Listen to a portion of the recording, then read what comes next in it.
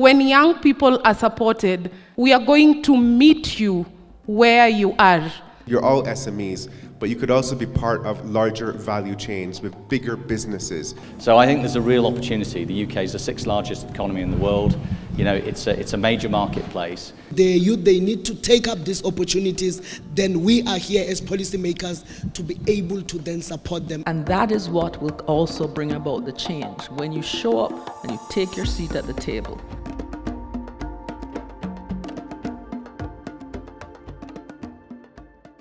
Hello and welcome to State of Africa. I'm Jeff Morte with the Africa Leadership and Dialogue Institute. They say small businesses are like seeds, full of potential, ready to grow if given the right soil. Recently, I met a young entrepreneur from Senegal who said if I could get one steady client and a small loan, I could hire 3 more people tomorrow. Her story reflects millions across Africa, and it's why leaders from over 60 countries gathered in Johannesburg for the first ever Global SME Ministerial Meeting hosted by the International Trade Center. This historic summit put the small business agenda at the highest political level with one mission: to create practical, grassroots solutions that help SMEs break into new frontiers.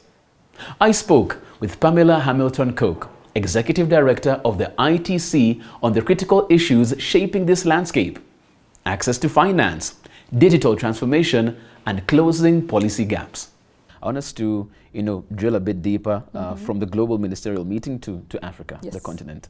And from where you stand, what's your assessment of Africa when it comes to its position as far as, global trade is concerned at this point in time? That's a big question. I mean, Africa is nowhere where it should be. I think everybody knows this. I think, though, that there's also a growing recognition that the levers have started to be put in place to make it happen. I believe the AFCFTA is a very central pillar of that entire process, and that if intra-African trade is made to work the way it can, and the way it has shown potential to, it can revolutionize trade within Africa and trade with Africa and other continents. And I think it's become even more critical and urgent now when we accept, I guess, the fact that AGOA ends in September, and there has been no indication that it will be renewed or extended. Now, unless there is some major announcement between now and that date, which is a little over a month, we assume, therefore, that it will end.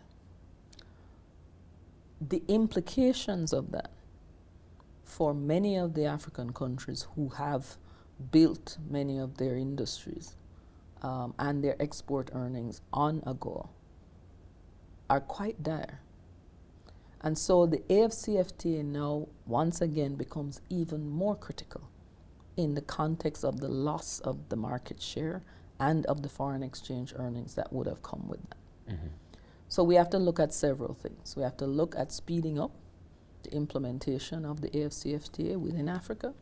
We have to look at finding alternative markets for many of the goods and services, mainly goods that were provided for under the AGOA. We have to look at how do we lower the internal barriers within Africa. Africa's intra-African trade, the percentage is 14 to 16%. Come on. That it cannot, it's not feasible. And so that has to be the first order of business. How do you lift those internal barriers? And the truth is, most of them are pretty simple, huh?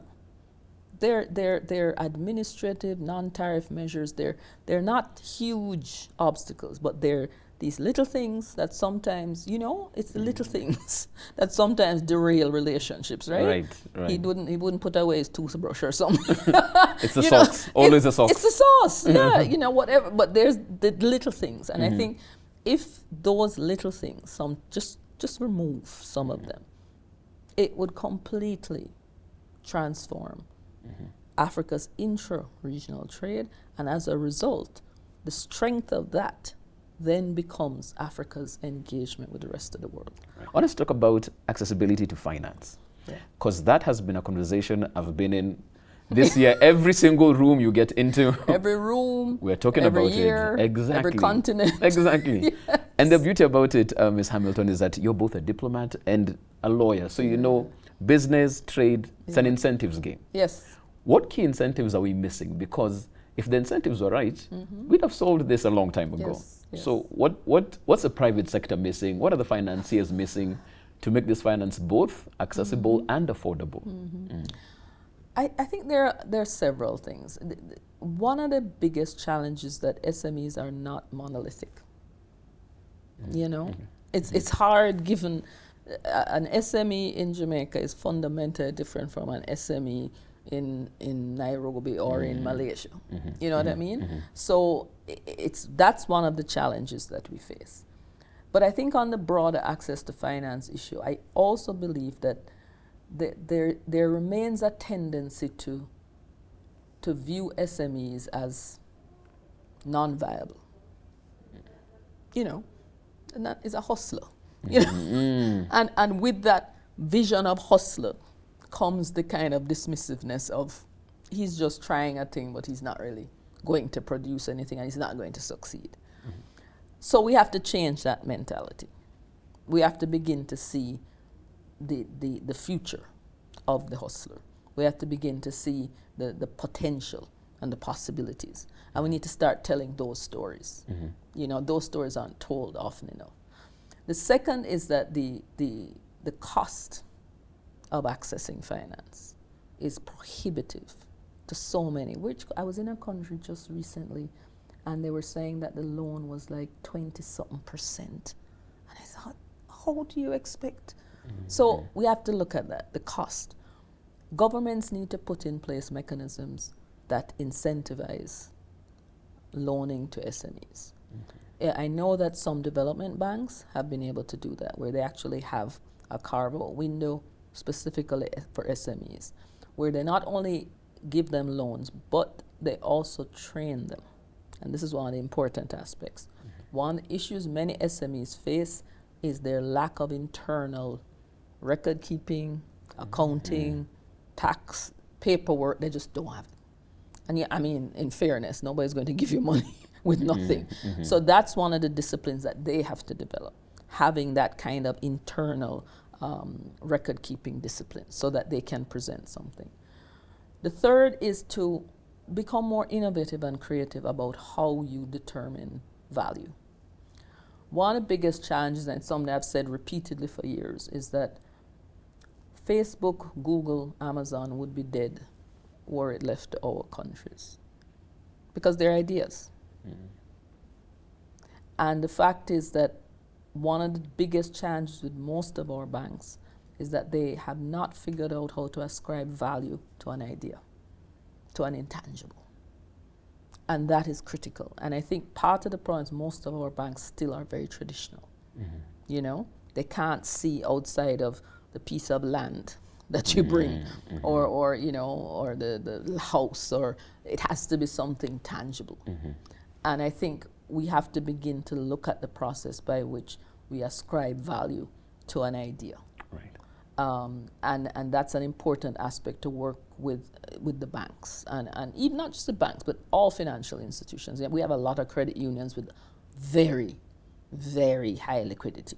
There's another key lever that we're going to be looking at, and that's digital transformation. Yes. I want us to speak about that as well, especially in the context of, you know, African SMEs, because with digital transformation also comes the divide. Yes. You know, so how do you make sure that those under-resourced African SMEs that have the idea, have the passion, have the work ethic, but are a bit disadvantaged on that particular point? How do we try and, you know, leave no SME behind? I'm one of those people who believe in both private sector driven economies, but public sector facilitation and intervention. The two don't operate without each other. And I think it's a fallacy for people to say this. Every single economy that functions effectively and has an effective private sector also has governments that create an environment that enables that private sector to function. It's what they do for the big guys. But somehow when it comes to SMEs, nobody can do that. Why? I think when it comes to digital, the first thing is to recognize that if you're not in the digital space in 2025, you're in trouble. It's simple. Every single thing now exists in the digital realm, and it's going to continue and get even more so. You will soon not be able to pay anything in cash. You will soon not be able to order anything. The phones won't mean anything to anybody. Nobody's answering your phone, right? If it's not email or WhatsApp or SMS, it's not going to happen. Even your identification, your registration, everything about how you engage with the business world is going to be digital. So it's a basic, it's like air. You will not be able to function unless you have this. So in my view, then this comes down to infrastructure and to government. Governments have to make a commitment to facilitate access to digital connectivity for their populace. And it has to be a decision, just like building roads or building any other form of infrastructure, that is seen as part of the development framework. It's not a nice to have. It's not something, oh, you know, you want to watch Netflix. It is a requirement for the new economy. And I think once you change the way you see the digital, connectivity and the digital enhancement, it will change how you approach it. Africa, across the board, some countries have 65%, some have 15%. And it's getting worse. That can only be a recipe for disaster. Because as the divide grows, then so does the social, separation and everything else that comes with that. And the frustration. And the fact that you now have the youngest, population in the world, and by 2050, Africa will be the youngest and largest population in the world. It is important that you address the specific needs of this young populace and their interests and how they see themselves.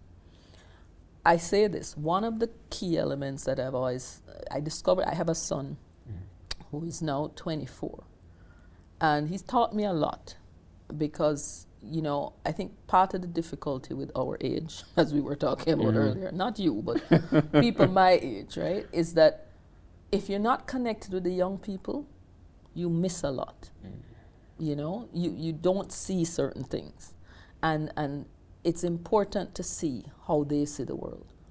When we were growing up, my world was the little world I lived in. My family, my friends, my school, Then I went to university, and it was my university, my friends, my school, my family back home. There was no global village. There was no way for me to get up in the morning and know immediately that Peru had this accident on this bus. We would hear it maybe 2 to 3 days later in the newspaper. Information is immediate.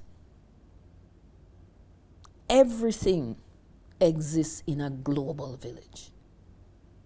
They talk to each other across thousands of miles every day.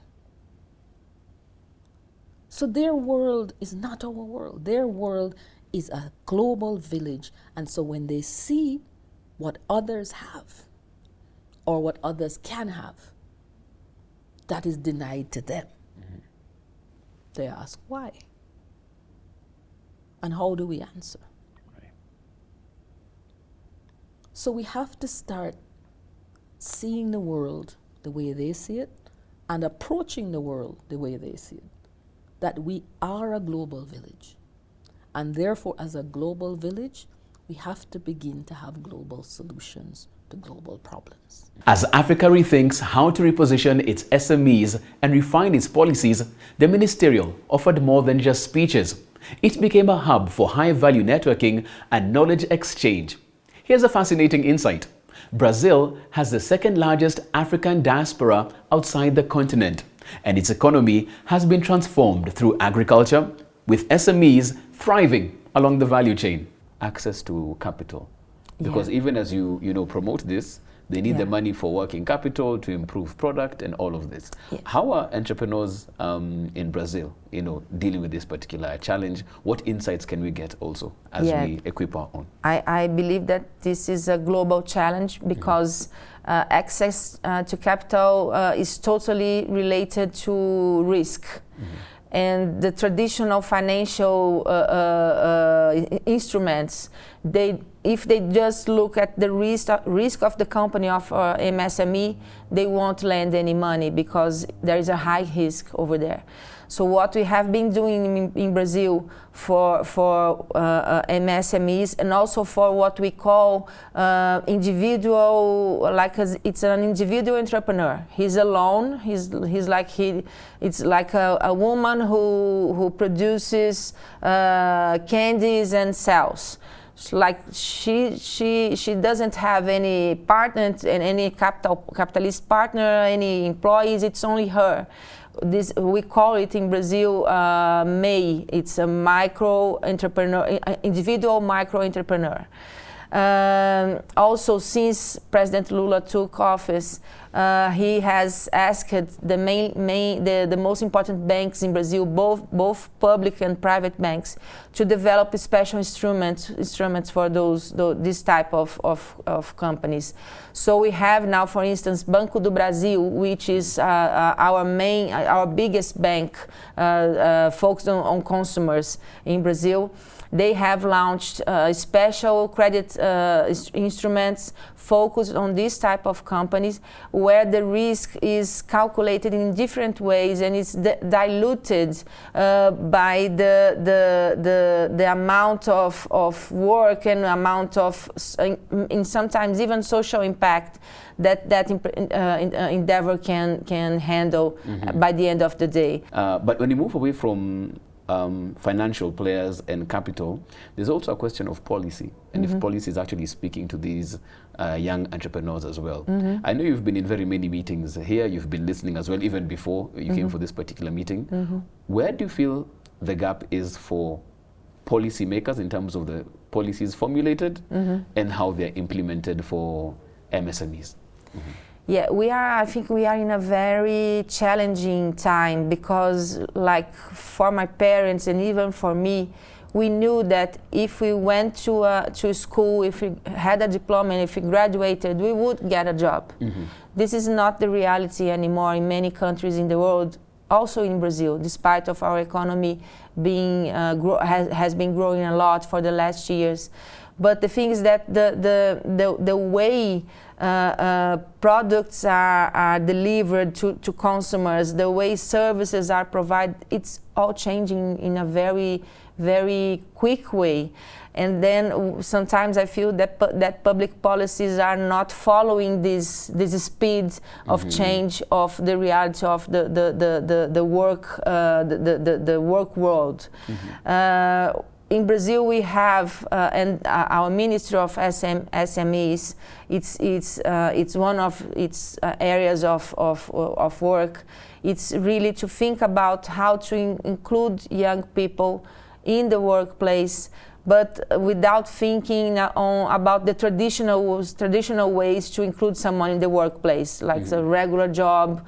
You have to really support entrepreneurship and continuous education in such a way that nowadays you have a company that is dedicated to, let's say, furniture, but tomorrow you can change for music. We have seen that because young people are also very, very creative and very they want to change and they want to propose new ideas, and this is great for the growth of the economy. The Ministerial wasn't just about business.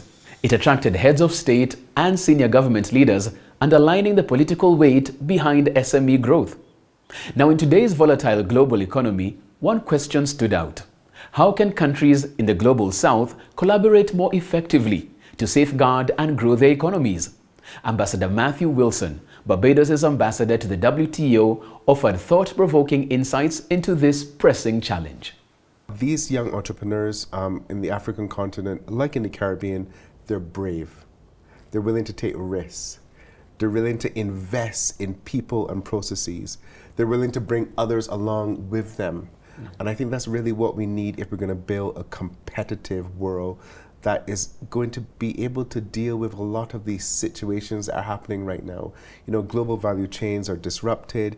Geopolitics is really at a very tenuous edge. There are issues on trade issues, especially to do with tariffs, the tariff war. And what we need to do is to invest in the innovation of our people, of our young people, because ultimately they are the ones who are going to define the future competitiveness of our economies. So I have to say, I'm hearing a lot of things I've heard before. Access to finance is an issue. Access to markets is an issue. High logistics costs is an issue. Differential treatment of women-owned businesses and women entrepreneurs is an issue. But then I'm also hearing some new elements like standardization and how they're going to meet international environmental standards, for example. And these are some of the new issues on the agenda that we're going to have to confront. But I really want us to move from this diagnostics. We're great at doing diagnostics, and I want us to move to solutions. And even when you look at that, because I'm sure you also, monitor some of the trends, across the world and see what's happening in terms of, this particular space. When it comes to issues like even digital transformation, digital skills, what are you seeing is the trend there as far as SMEs are concerned, and how can they leverage more on this? I mean, frankly, embracing the digital transformation makes it easier to do business. It increases your profit margin. It makes you more efficient. It creates more market access opportunities for you. It connects you with other entrepreneurs as well. Frankly, is the way to go. And we all say that and we all know that, but sometimes we forget that the digital divide is a real thing. And that there's a whole section of our communities that don't even have access to mobile phones. So when you're talking about AI and you're talking about digital payment systems and you're talking about algorithms, you have got to remember that there is an incredibly important part of your population that simply doesn't have access to steady internet. So you need to be able to walk and chew gum at the same time. You need to be able to deal with some of those fundamentals, making sure everybody has access to the internet, making sure everybody has electricity to allow them to have access to the internet, who I think have the tools and the expertise. And when you merge the tools and the expertise and the finances with a good policy and regulatory environment, there you have a match made in heaven. Right.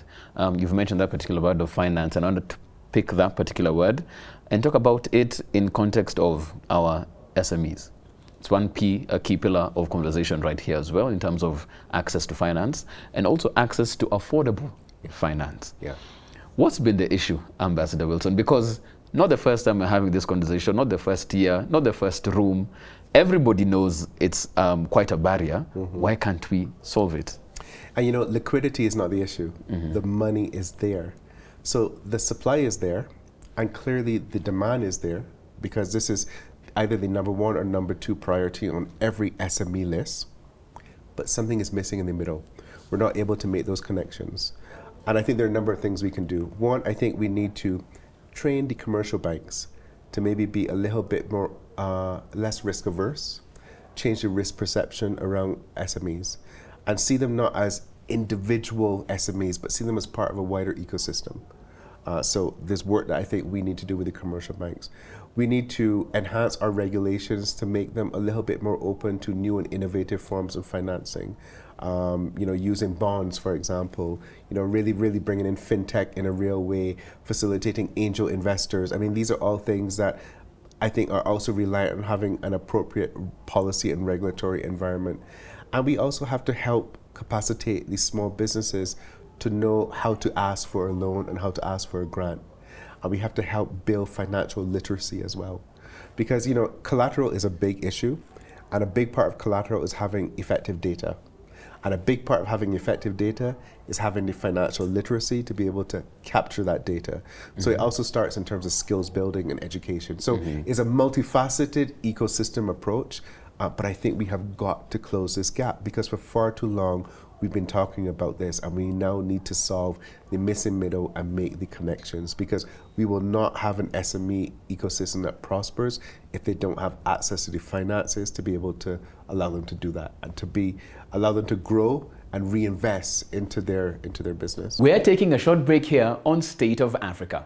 When we return, you'll hear directly from young African entrepreneurs in a lively, no-holds-barred dialogue with policymakers, tackling challenges head-on and offering bold, homegrown solutions. Stay with us. We'll be right back.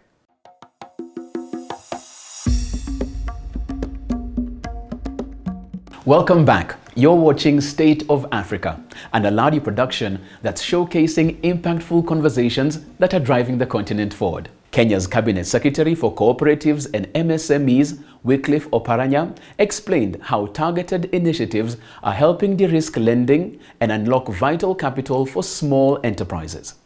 I want us to start right at the top and speak to the issue at the heart of it, looking at SMEs, how they can grow, how they can flourish, how they can be the real drivers of economy. Yes. Can you give us a status of SMEs in Kenya as of now? Thank you very much for welcoming me here, and I appreciate the conference that we are having today, starting yesterday and today. I think this has been an eye-opener, especially for us who have come from Kenya. As you know very well that being a Kenyan, this is a new ministry that was established by His Excellency the President about 3 years ago. And I think I want to commend the President for having decided that MSME is a very important sector in terms of creation of jobs and wealth for people, that he had to establish a specific ministry. And as you can see here, the trend is everywhere. We have about 40 ministers meeting here from various countries, and all of them, they have a great focus to MSME. In Kenya, as you know, I'm about 11 months in the ministry, but the problem we have had that this MSME were all over, spread in various government ministries, some in trade, some in agriculture, some in labor, but now they are together. So as a ministry, our first priority is to make sure that we have a focus to them. MSME Connect is a government platform where the government wants to engage, is engaging key stakeholders within that MSME ecosystem. Because we found out that there are so many private players in that particular system. And to avoid duplication, we have invited them on board to tell us what they are doing. Secondly, to tell us what are their problems. And as a government, how can we help? And we have started on touring counties. We have had the first meeting in Nairobi. The second meeting was in Embu. And hopefully the third meeting is going to be in Mombasa, where we are engaging these stakeholders. After that, then we will identify the weak points, and maybe we shall have a portal where we shall give this information, because some of the MSMEs don't have information. They might say they want access to finance, but you see they need the information. Where is this finance? How can they get that finance? So that's what we are working on. Secondly, we want also to carry out a survey of this MSME, because the last survey in Kenya was done in 2016. We want now, 2016 is 9 years ago. We want now to do a survey, and we are hopeful that this will happen this year. We are grateful to the World Bank. The World Bank has supported Kenyan government to carry out this exercise, and the preparation work is ongoing. Okay. So we now know where they are, because the statistic we have, we are told that MSME contribute to 33% of the GDP. They create employment to about 15 million people. There are about 7.4 million in the country. Most of the businesses, 98%, are MSME. So we want to validate this information so that now, as a government, we come up with proper policies to assist MSMEs. In fact, already we have the startup bill before the National Assembly that will actually give direction on startups, and then we come up with general legislation framework that will assist this. The major source of financing are commercial banks, but commercial banks are risk averse to MSMEs. Why? Because they think they are very, very risky. Because commercial banks are in business. Their investors are there, the investors want returns. So the management will want to satisfy the shareholders' ego that they get their highest dividend from their business. And this has been a problem. And that's why the Kenya government has come up with a Hustler Fund, so that Hustler Fund can also be part of the supplement, and I think Hustler Fund has done very well. You remember even before, we have the Women Fund, we had the Youth Fund, and we have Kenya Industrial Estates Fund that helps MSME in manufacturing. So while commercial banks are important and they are risk averse, I think it is the responsibility of government, having realized that this sector is very important, the responsibility of the government to come out deliberately as we work on streamlining the sector. Because by streamlining the sector, we must make sure that there is capacity building within that sector. These MSMEs should know what they are supposed to do in order for them to access finance. So some of them don't know. Some of them even don't know where to get this finance. So capacity building is a responsibility of the government. Also, alternative financing at the moment is the government to undertake. So those, I think, is very crucial. Okay. As we look at commercial banks. But however, in Kenya now, we have come out with a credit guarantee scheme where the government is committing 40 billion. This guarantee scheme will help to de-risk the MSMEs who want to borrow, because the government will now guarantee you as a commercial bank. If this MSME borrows from you, I'm guaranteeing you 60%. So the risk is reduced, and if the risk is reduced, then the cost is now reduced. So you have only 40% you are dealing with the MSME. The 60% you are saying, if the MSME fails to pay me or collapses, then I'm sure of getting 60% from the government guarantee scheme. Okay. Yes. And it is very important, because yes, it's been quite a hurdle for very many young entrepreneurs who speak to this on getting this particular finance. Yeah, and the only thing I want to tell you that we have had as a government problem is to progress on these issues. We have good ideas. Credit guarantee scheme, my PS is here. We have been talking about it for over a year. It has not been finalized. What's the problem? Is it legislation? I think the legislation, it takes time, very meetings, bureaucracy, and so on. And then it takes time. Even the startup bill, I think it went to Parliament when I just came in the ministry. Up to now, you know, it's nearly a year. Bureaucracy is too much. Yes. Okay. Yeah. And even as you talk about that, because clearly when we spoke to some entrepreneurs, that's something they raised, because they said on paper these policies look very nice, but as a business person it never translates to ground. It takes time.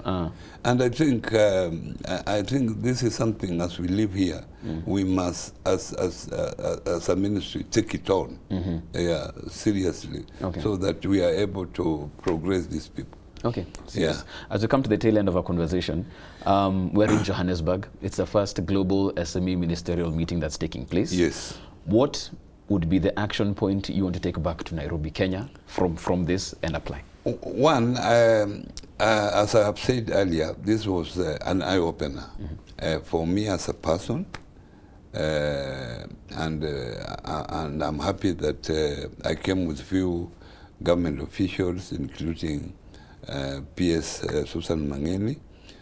This is an eye-opener for us that other countries, they are moving on. And as Kenyans, we must move on. We must make sure that this is a very important sector, and you can even hear that the G20, the South Africa is going to get the presidency. They have already set up a working group on MSME within the G20. And it shows that now the world is taking seriously the issues of MSME. So as a country also, as I live here, we must refocus our government. Now, Africa is home to over 1 billion people, and over 70% are youth. Young Africans aren't just the future, they are the driving force behind the continent's SME sector. That's why ALADI and the Mastercard Foundation hosted a breakfast dialogue, bringing entrepreneurs and policymakers to the same table. The conversations covered everything from tariff barriers and language access to inclusive policies, all aimed at creating a business environment where African SMEs can truly thrive. You see, this is what Africa is. These are the young Africans starting businesses, making a difference in their communities in so many ways, not just running a business, but going to artisanal fishermen, helping keep the indigenous methods alive, giving them a livelihood, saving young girls who are vulnerable, who've been attacked, who need help and need safety and security, but also giving them livelihoods. And also taking a look at how to build brands and how to access African markets for the food brands we're building. We want to come to the floor now. We'd love your comments as policy actors. What have you heard that resonates? Maybe there are things that you're already doing that we should be aware of, or maybe you're going to take their message and actually apply some of these things in your environments. Matthew Wilson, the ambassador of Barbados to the WTO and the UN in Geneva, but also chair of the WTO MSME working group. Listen, I feel slightly like I'm in church because that panel is preaching, and seriously, I agree with every single thing that you have said, and actually I applaud you. I personally don't have an entrepreneurial bone in my body. So when I look at people like you who have come up with ideas, who have brought people along with you on the journey, who are giving back, who are speaking truth to power, I admire you so very much. But it also makes me very, very sad because I've also been hearing these same things for many, many, many years. And it seems that there's still this huge gap between what you, the real users on the ground, are saying and what we as policymakers are doing. The minister from South Africa last night, who made an incredible speech at the cocktail party, she said now really is no longer the time for talk, it really is the time for action, and we have to put things in place. So I guess my question for the panel is, what has the reaction been from the policymakers when you sit down in front of them? if indeed you ever get the chance to sit down in front of them and tell them these things? And then my second question is, you're all SMEs, but you could also be part of larger value chains with bigger businesses. Have you ever explored trying to work with bigger companies in Africa to be part of their value chain? So for example, having your chocolates in this hotel, for example, you know, has that ever been something that you have looked into? Thank you very much.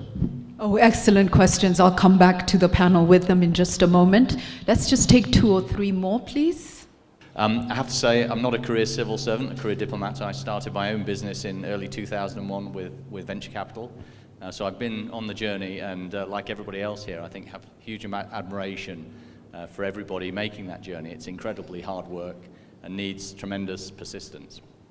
One thing I wanted to raise, I think the AFCFTA was mentioned, and I think for Africa at the moment, that opportunity to create a large single market, I think is a huge opportunity. And I think in the context of the demographics of Africa and the growing young population, actually that's where the future lies, really, in mobilizing that market and making that market accessible. So I think the UK is very committed to supporting the AFCFTA. Was one of the first countries outside of Africa to sign an MOU with the AFCFTA and put a lot of support, technical assistance, capacity building to try and support that.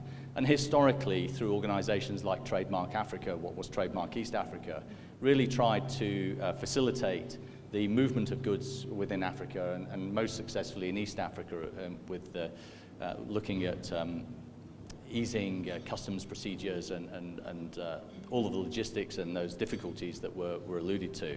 But one thing that I specifically wanted to mention that people may not be aware of is the UK's Developing Countries Trading Scheme. And that's effectively our offer to exporters from Africa to access the UK market, quota-free and tariff-free, particularly for least developed countries. But one of the features of the DCTS, which I particularly want to draw people's attention to, is technically what are called the accumulation rules.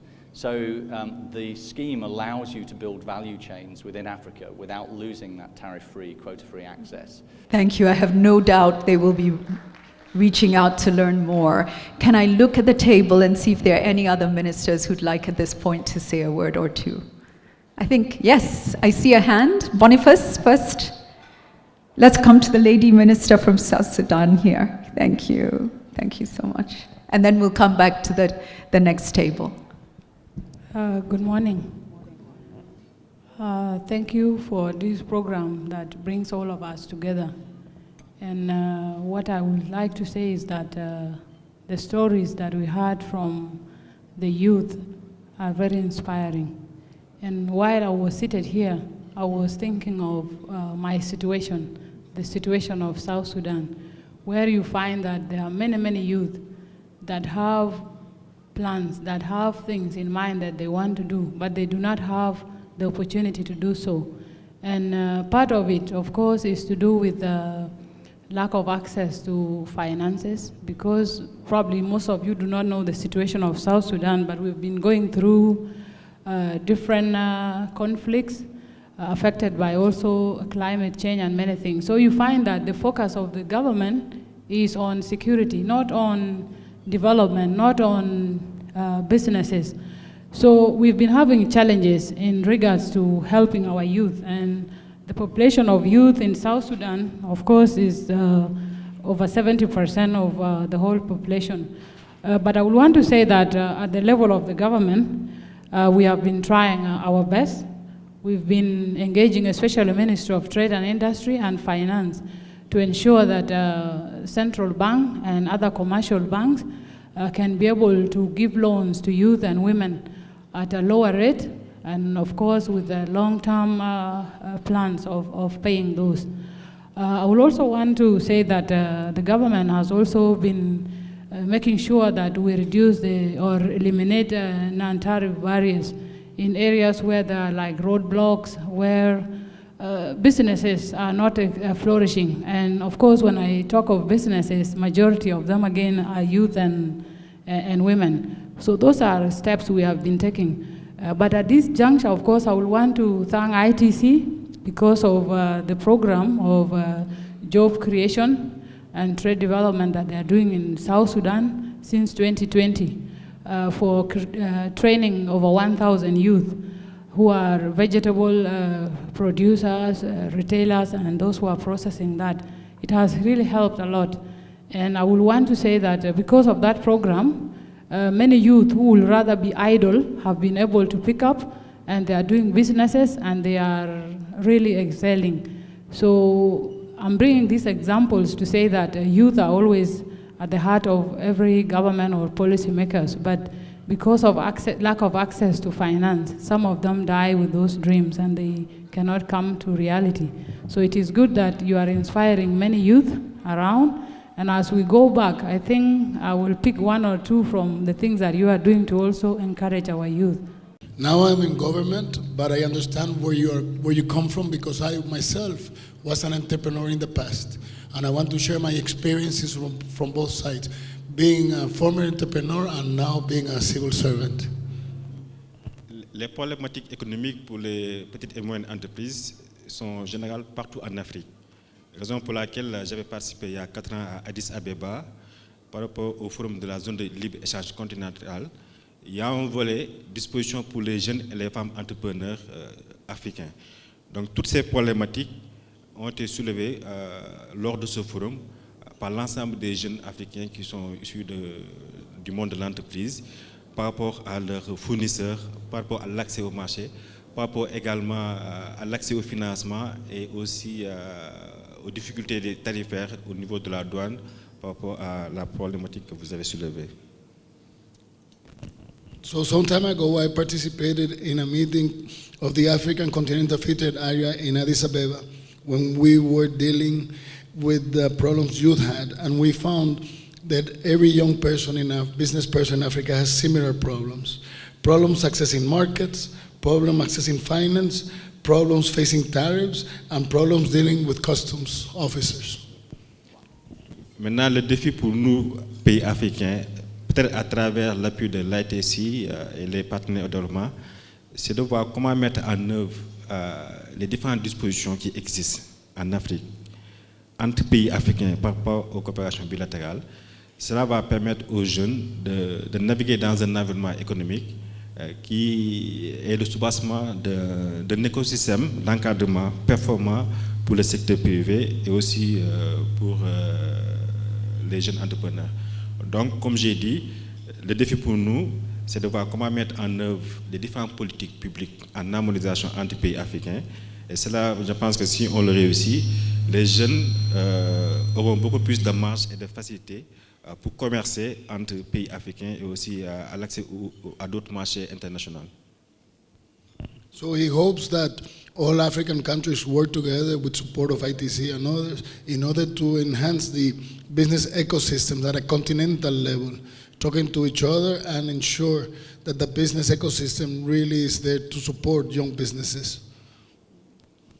Le reste, je vous encourage et je vous félicite à être beaucoup plus résilient et endurant pour réussir dans les affaires. Merci beaucoup. Thank you. He encouraged you, he congratulates you, and he asks everybody to work on the resilience of young businesses in the African continent. Thank you so much, thank you.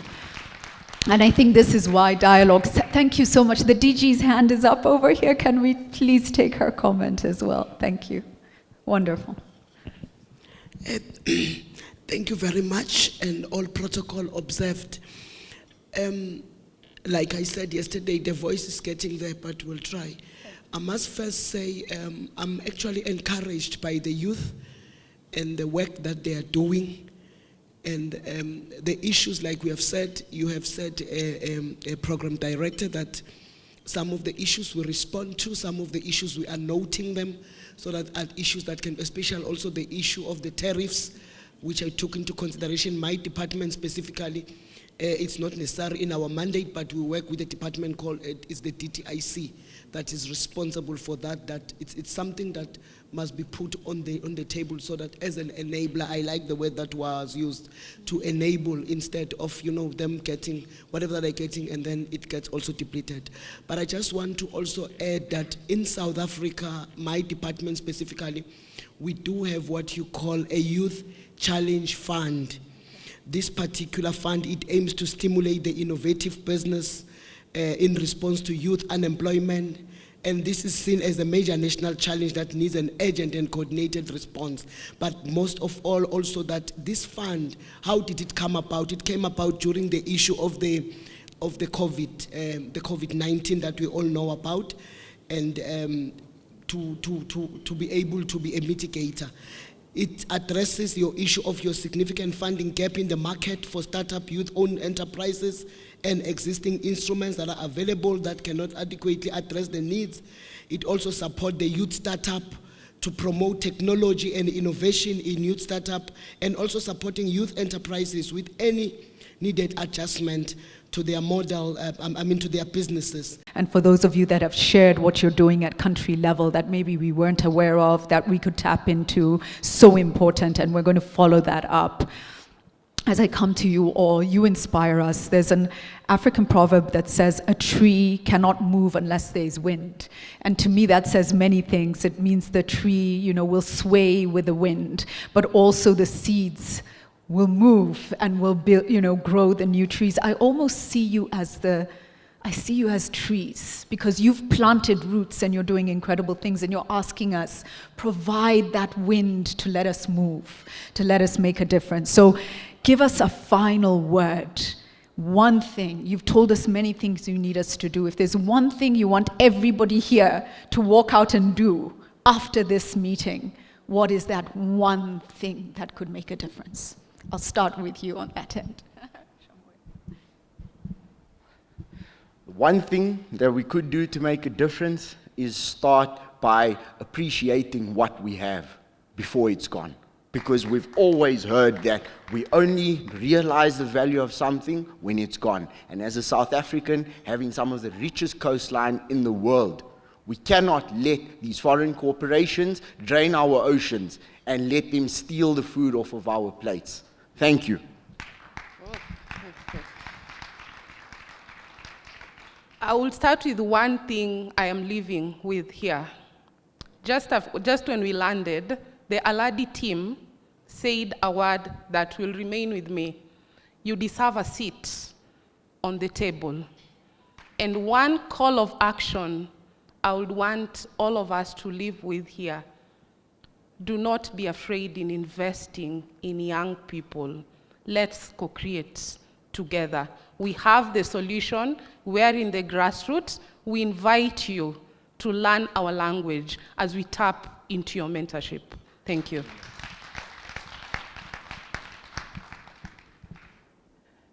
In the next 5 to 10 years, we those sitting here will be where you are. What would you want to be remembered for? We will be the stakeholders your future self would be accountable to. What would you want to be remembered for helping the youth? Across the world, around 90% of all businesses are SMEs, and nearly 1 in every 2 jobs is tied to them. The messages from the ministerial sessions were clear. If SMEs are to flourish, we must expand access to finance by working with banks and lenders to offer more affordable and diverse funding options. Accelerate digital transformation by ensuring equitable access to reliable digital infrastructure and connectivity. And support the green transition by opening affordable pathways to green finance for SMEs. These aren't the only steps, but they are essential if you're to build resilience and unlock growth across the SME sector. Thank you for joining us on State of Africa. I'm Jeff Morte. Connect with us through ALADI's social media handles. Until next time, bye-bye.